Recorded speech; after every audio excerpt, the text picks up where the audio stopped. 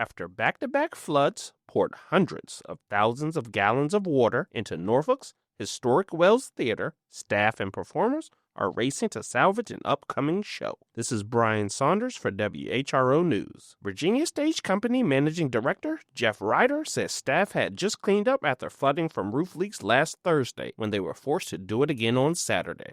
So when we had a bucket brigade going, trying to contain the water and move as much of it as we could outside, the actors were right there with us carrying buckets and doing what they could to contain the water. Ryder says the surrounding community helped clean up the aftermath of the flooding and is also opening their wallets to support the theater company. The silver lining here is that the community really is showing up for us.